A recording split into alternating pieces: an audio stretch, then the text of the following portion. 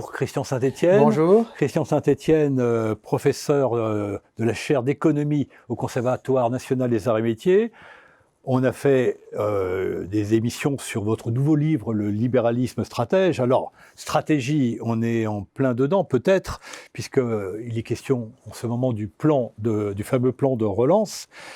J'ai envie de vous poser une série de questions, puis je vais vous laisser répondre librement. Le plan de relance, est-ce que c'est l'État stratège? Est-ce que c'est un vrai plan de relance? Est-ce que c'est un plan d'urgence? Est-ce que c'est un plan de secours et de perfusion? Est-ce que c'est un plan de sauvegarde? Est-ce que c'est un plan stratégique, justement? Ou est-ce, comme le dit notre collègue Jean-Marc Daniel dans Les Échos, un plan à côté de la plaque? Bon, je pense que ce n'est pas un mauvais plan. Il a évité l'écueil de faire un plan de relance de la demande. Ce sont des mesures structurelles.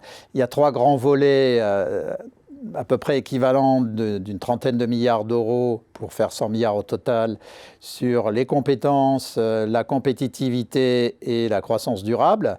Donc ces 3 volets sont plutôt bien, mais ils vont se déployer sur 2 à 3 ans. Donc c'est un plan plutôt structurel, ce n'est pas un plan conjoncturel.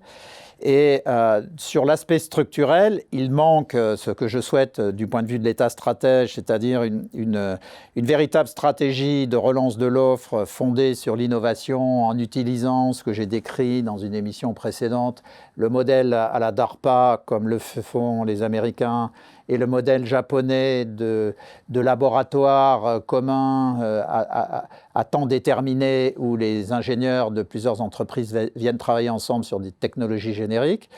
Donc il manque cet aspect structurel, ce qui est assez normal puisque ça a été mis en œuvre dans des pays dans lesquels les élites ont encore beaucoup d'ingénieurs, alors qu'en France, le pays est aujourd'hui dirigé par des énarques. Mais si on regarde... Ou des ingénieurs devenus financiers. Ou des ingénieurs devenus financiers. Donc, en dehors du fait qu'il manque l'élément tout à fait stratégique, je pense que les 3 volets actuels ne sont pas mauvais. Mais moi, j'y ajouterais un 4e volet. Alors, le 4e volet serait en 3 parties. Il pourrait être d'une trentaine de milliards d'euros. Il y aurait 20 milliards d'euros sur l'aspect fonds propres, parce qu'il va falloir sortir des PGE, renforcer les fonds propres des entreprises. Voilà, pour renforcer les fonds propres des entreprises. Donc, si on... Mais fonds propres via quel canal? Alors justement, sur ces 20 milliards, ça serait l'aspect incitation d'un plan global de 70 milliards d'euros pour apporter des fonds propres et des quasi-fonds propres durs aux entreprises. L'idée, c'est que les 50 milliards en dehors des 20 milliards de l'État soient apportés par les banques, les compagnies d'assurance, les fonds d'investissement. Mais j'utiliserai aussi une partie du MAGO, du livret A, puisqu'on a plus de 300 milliards sur le livret A. Et quand vous dites apporter, ça veut dire que les banques seraient actionnaires? Alors, l'idée centrale, c'est qu'à ce moment-là, on apporte des tickets aux entreprises, les grosses PME et les ETI, qui peuvent aller de 50 000 euros à 500 millions d'euros, selon la nature des projets. C'est distribué par les banques qui connaissent parfaitement leur clientèle. Elles doivent assumer 15 ou 20% du risque de l'entrée. Qui serait garanti par l'État, alors? De l'entrée en fonds propres sur les entreprises. Elles prendraient des participations de 10, 15 ou 20% minoritaires. Les fonds de pension, les fonds d'investissement ou les compagnies d'assurance seraient la même chose. Et effectivement, l'État garantirait 20% de cet apport. Les banques et compagnies d'assurance étant en risque sur le reste, mais l'État prenant les premières pertes. Et évidemment, l'État doit être intéressé aux gains aussi si l'entreprise réussit. Donc là, je mettrais 20 milliards qui seraient dépensés sur 3 ans. Donc avec des vrais fonds propres, plutôt que des quasi-fonds propres. Voilà. Alors, ça peut être sur ces 70 milliards, 30 ou 40 milliards de fonds propres et 30 ou 40 milliards de quasi-fonds propres pour un total de 70, parce qu'on a un problème en France, c'est que souvent les chefs d'entreprise n'aiment pas l'arrivée d'un co-actionnaire.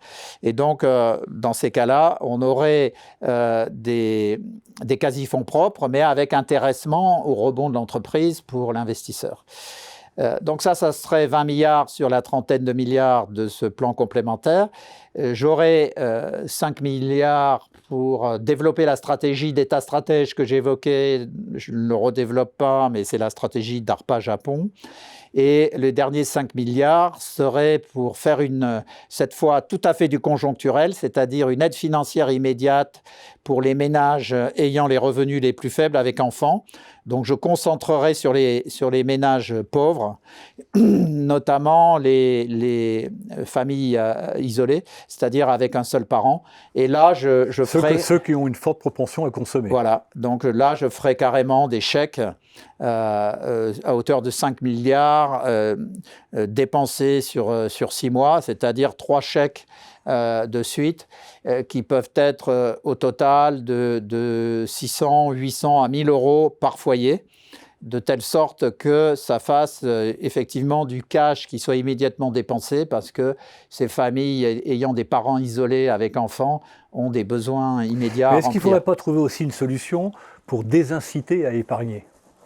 Alors, pour les ménages, je parle bien pour les ménages, que tout le monde n'est pas pauvre et en difficulté. Je compléterai à ce moment-là, pour ce qui est des entreprises, par une incitation assez forte à l'investissement qui se déploierait sur 18 mois supplémentaires.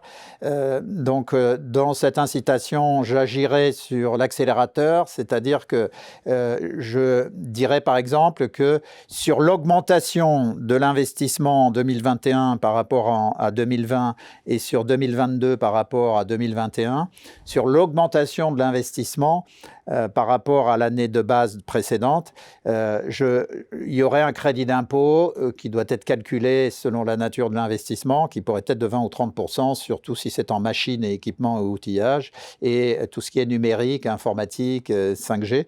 Donc, ça, c'est une incitation du côté de la demande au titre de l'investissement, et au titre de la consommation pure, plutôt qu'une incitation, je resterai avec le mécanisme que j'ai évoqué d'aide aux ménages les plus pauvres, parce que en même temps, les ménages qui ont beaucoup de cash, qui ne sont pas pauvres, voyant et qui sont capables de comprendre la politique du gouvernement, mais il faut que le gouvernement l'explique mieux, qui verraient qu'on a une incitation sur l'investissement productif et une aide apportée aux ménages les plus pauvres, se diraient que véritablement, en plus du plan annoncé de 100 milliards, on est en train de sortir du trou et que c'est le moment d'utiliser une partie du magot qu'on a accumulé en surépargne depuis le début de l'année.